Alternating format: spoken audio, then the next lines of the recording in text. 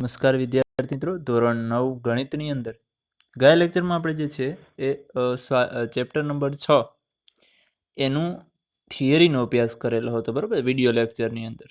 અને મિત્રો બધાને જાણ કરી દઉં કે આપણે ગૂગલ મીટની અંદર છે હવે લાઈવ જે છે ચેપ્ટર પણ સ્ટાર્ટ કરી દીધું છે. પણ આ તો અત્યારે વિડીયો એના માટે બનાવીએ છીએ કે જેથી કરીને તમારી પાસે જે વસ્તુ છે, બરાબર, લખેલું એ બધું તમારી પાસે રહે, જમા રહે, અને તમે એમાંથી ક્યારે ઉપયોગ કરવો હોય તો એમાંથી વિડીયોમાંથી તમે લખી શકો અને પાછું જોઈ શકો, બરાબર.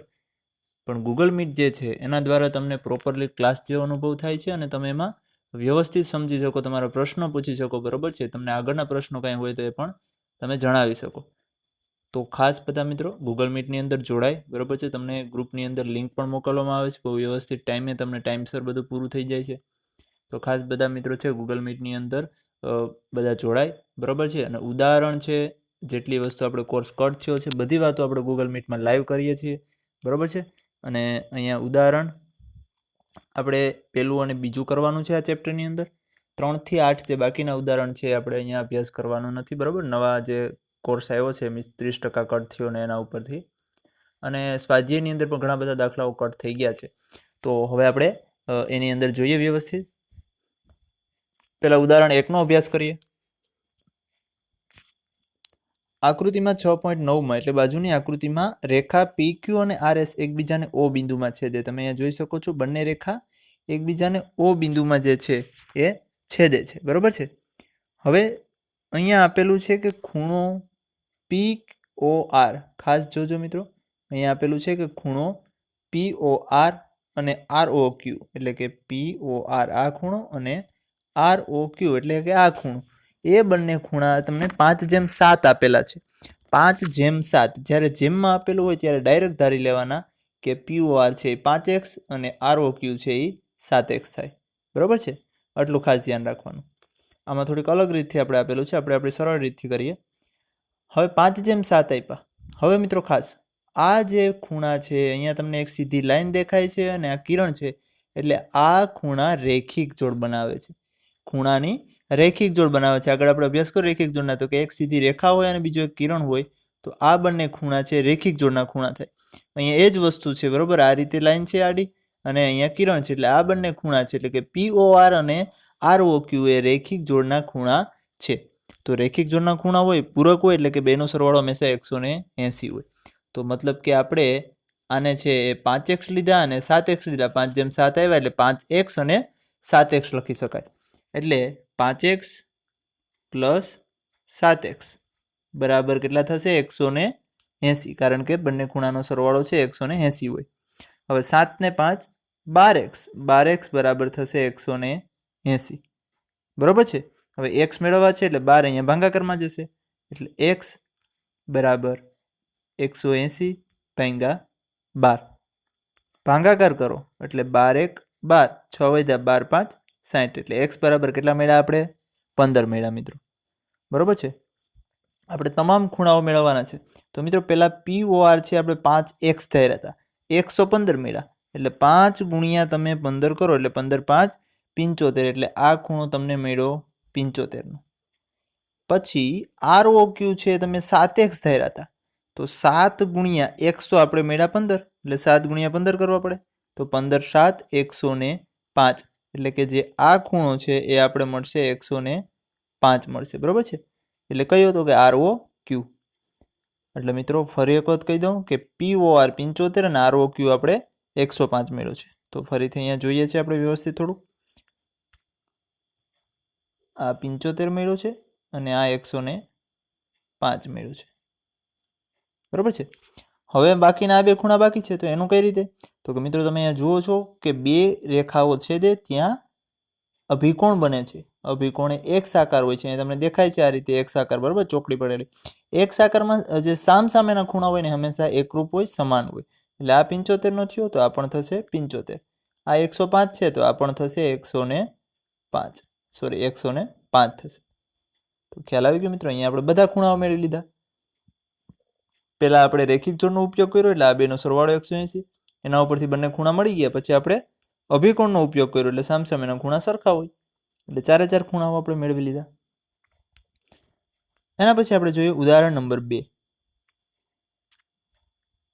આકૃતિમાં અહીંયા આપણે આકૃતિમાં આપેલું છે કિરણ OS એ રેખા POQ પર છે. રેખા POQ છે એના ઉપર કિરણ OS છે. ખાસ જોજો. હવે કિરણ OS છે ને એના બે આપણે દ્વિભાજક અહીંયા આપેલા છે OR અને OT.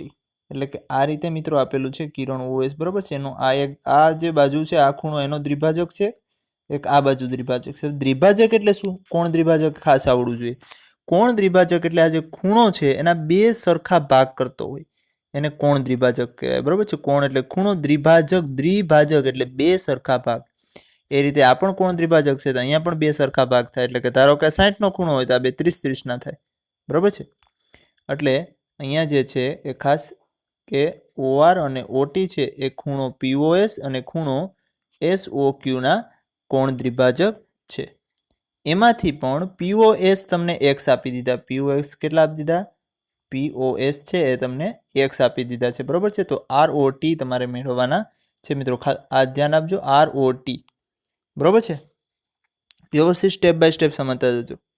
હવે મિત્રો તમે મને કહો કે POS અને SOQ એ બંનેનો સરવાળો 180 થાય. કઈ રીતે? તો કે રેખિક જોડના ખૂણા થાય, બરાબર છે. આ એક સીધી લાઈન અને એની ઉપર કિરણ એટલે રેખિક જોડના ખૂણા થાય. રેખિક જોડ હંમેશા પૂરક હોય. પૂરક એટલે બેનો સરવાળો 180 થાય. તો રેખિક જોડના ખૂણા હોય ને તો એ બંને સરવાળો 180 એટલે કે POS પ્લસ SOQ બરાબર 180. હવે POS બરાબર તો આપણે x આપી દીધા એટલે અહીંયા x મૂકી દઈએ, બરાબર છે. તો અહીંયા શું થશે તો કે x પ્લસ SOQ બરાબર 180. x છે સામેની સાઈડ જાય એટલે માઇનસ થાય એટલે SOQ આપણે મેળવ્યા 180 માઇનસ x, બરાબર છે. હવે આગળ વાત કરીએ. આપણે છે એ ROT મેળવવાના છે. એટલે કે એક આનો કોણ દ્વિભાજક અને એક આનો કોણ દ્વિભાજક. એટલે કયો તો કે ROS અને SOT એ બેનો સરવાળો કરીએ તો આપણે ROT મળી જાય, બરાબર છે. તો અહીંયા તમે જુઓ POS નો જે છે દ્વિભાજક OR છે એના ઉપરથી ROS એટલે ROS છે એ કોના અડધા છે તો કે આ POS છે એના અડધા છે. તો ROS બરાબર 1/2 POS. POS આપણી પાસે કેટલા છે? x છે. તો 1/2 ગુણ્યા x એટલે x ના છેદમાં 2 મળ્યા. તો કે હા આપણી પાસે ROS છે એ x ના છેદમાં 2 મળ્યા, બરાબર. હવે એના પછી આપણે વાત કરીએ તો અહીંયા તમે જુઓ કે SOT છે એ કોના અડધા થાય તો કે SOQ ના અડધા થાય. જુઓ તમે અહીંયા SOQ છે એના અડધા એવું થાય તો કે SOT થાય. આપણે SOT બેનો સરવાળો કરવો એટલે SOT પણ મેળવવા પડશે. તો SOT છે એ આ બંનેના અડધા થાય SOQ ના. હવે જુઓ SOQ આપણી પાસે મળી ગયા 180 માઇનસ x એના અડધા એટલે ભાગાકારમાં 2 આવશે. તો 180 ભાગ્યા 2 એટલે 90 અને અહીંયા x ભાગ્યા 2. તો તમને અહીંયા હવે મળી ગયા છે ROS તો કે x ના છેદમાં 2 અને SOT તો કે 90 માઇનસ x ના છેદમાં 2. હવે તમારે મેળવવા છે ROT તો આ બેનો સરવાળો કરવો પડે એટલે કે આનો અને આનો આપણે સરવાળો કરીએ એટલે કે ROT બરાબર ROS પ્લસ SOT. ROS એટલે કે x ના છેદમાં 2 અને SOT એટલે 90 માઇનસ x ના છેદમાં 2. હવે x ના છેદમાં 2 x ના છેદમાં 2 ઉડી એટલે વધે શું? ખાલી 90. તો આપણે અહીંયા ROT કેટલા મળ્યા? 90 મળી ગયા. ઉદાહરણ 3 કરવાનું નથી, બરાબર છે. હવે આપણે જોઈએ સ્વાધ્યાય 6.1 દાખલા નંબર પહેલો. મિત્રો આપણે આમાં 6.1ની અંદર પહેલો અને બીજો બે દાખલાઓ કરવાના છે, બાકી એક પણ દાખલાઓ કરવાના નથી. તો પહેલો દાખલો જોઈએ. આકૃતિમાં તમને આપેલું છે કે રેખા AB અને CD એ બિંદુઓમાં છેદે છે. AOC અને BOE નો સરવાળો 70 છે. કોનો? આનો અને આનો એ બે ખૂણાનો સરવાળો 70 છે. BOD 40 આપ્યા એટલે કે આ ખૂણો છે તમને એ 40 આપેલો છે. તો BOE મેળવો અને વિપરીત COE મેળવો. મિત્રો આને આપણે જોઈએ વ્યવસ્થિત. અહીંયા તમે જોઈ શકો છો AOC અને BOE કેટલા આપ્યા? 70 આપ્યા અને BOD 40 આપ્યા. હવે તમે જુઓ BOD એટલે કે આ 40નો ખૂણો છે એની સામે આ અભિકોણનો થાય. અભિકોણનો ખૂણો એટલે કે એક આકાર બને છે. તમે અહીંયા જોઈ શકો છો એક આકાર એટલે એ બંને કેવા હોય? સરખા હોય. આ 40 છે તો આ પણ થશે 40. AOC કેટલા મળશે? 40 મળશે. તો AOC આપણે 40 મળી ગયા. હવે જુઓ આપણે BOE મેળવવા. મિત્રો BOE તો AOC અને BOE બેનો સરવાળો તો 70 છે. આ 40 મળ્યા તો આ કેટલા હોય? 30 જ હોય ને. તો 40 ને 30 70 થાય. તો મતલબ કે AOC પ્લસ BOE 70 છે અને 40 પ્લસ BOE બરાબર 70. હવે આ 40 સામેની સાઈડ જાય માઇનસ થાય, 70 માંથી 40 જાય એટલે 30 એટલે BOE આપણે મળી ગયા 30. આ BOE મળ્યા આપણે 30. પેલો ખૂણો મળી ગયો. હવે વિપરીત COE કીધા મિત્રો. વિપરીત COE એટલે શું? તો કે COE જે તમને ખૂણો મળે ને એને 360 માંથી બાદ કરો તો એને વિપરીત COE કહેવાય. યાદ રાખજો મિત્રો, 360 માંથી બાદ કરવાના, બરોબર છે? તો હવે આપણે અહીંયા જોઈએ. હવે BOE plus COE plus AOC. મિત્રો અહીંયા જો તમે એક સીધી રેખા બને છે એટલે આ ત્રણેય ખૂણાનો સરવાળો 180 જોવો જોઈએ, બરોબર છે? કારણ કે સીધી લાઈન હોય એટલે અહીંયા 180 બને. એટલે કયા કયા ખૂણાનો સરવાળો? તો કે AOC, COE અને BOE ત્રણેયનો સરવાળો 180 થાય. હવે તમે જુઓ તો કે આપણી પાસે AOC અને BOE એનો સરવાળો છે એ તો 70 હતો અને COE આપણે મેળવવાના છે. તો 70 સામેની સાઈડ છે 180 માંથી એટલે કેટલા વધે? 110. COE તમને 110 મળ્યા. આપણે વિપરીત COE જોઈએ એટલે 110 મને કેટલામાંથી બાદ કરવાના? 360 માંથી. 360 માંથી 110 બાદ કરો એટલે આપણી પાસે આવે 250. તો વિપરીત COE મેળવ્યા આપણે 250 મિત્રો. એના પછી જોઈએ દાખલા નંબર 2. આકૃતિમાં રેખા XY અને MN O બિંદુમાં છેદે છે. રેખા XY અને MN છે O બિંદુમાં છેદે છે અને POY 90 નો ખૂણો છે. આ જે POY દેખાય છે તમને 90 નો ખૂણો છે. A/B બરાબર 2/3 આપ્યા. A/B બરાબર 2/3. એટલે હવે આપણે ડાયરેક્ટ ખબર પડી જોઈએ કે A બરાબર આપણે લેવાના 2x અને B બરાબર લેવાના 3x. તો C આપણે મેળવવાનું છે, બરોબર? જોઈએ આપણે દાખલા નંબર 2. અહીંયા POY 90 આપ્યા, A/B 2/3 આપ્યા એટલે A બરાબર 2x અને B બરાબર 3x લીધા, બરોબર છે? હવે તમે જુઓ XOP અને POY એ રેખિક જોડના ખૂણા બનાવે છે. અહીંયા સીધી લાઈન છે અને અહીંયા કિરણ છે એટલે રેખિક જોડ એટલે બેનો સરવાળો 180 હોય.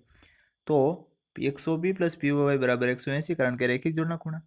XOP બરાબર આ તો 90 નો આપી દીધો, POY આપણે આપી દીધા 90 ના એટલે આ 90 છે આ સાઈડ જાય એટલે બાદ થાય એટલે 180 માંથી 90 જાય એટલે વધે 90. એટલે મતલબ એવો કે આ XOP છે એ પણ 90 નો જ હોય.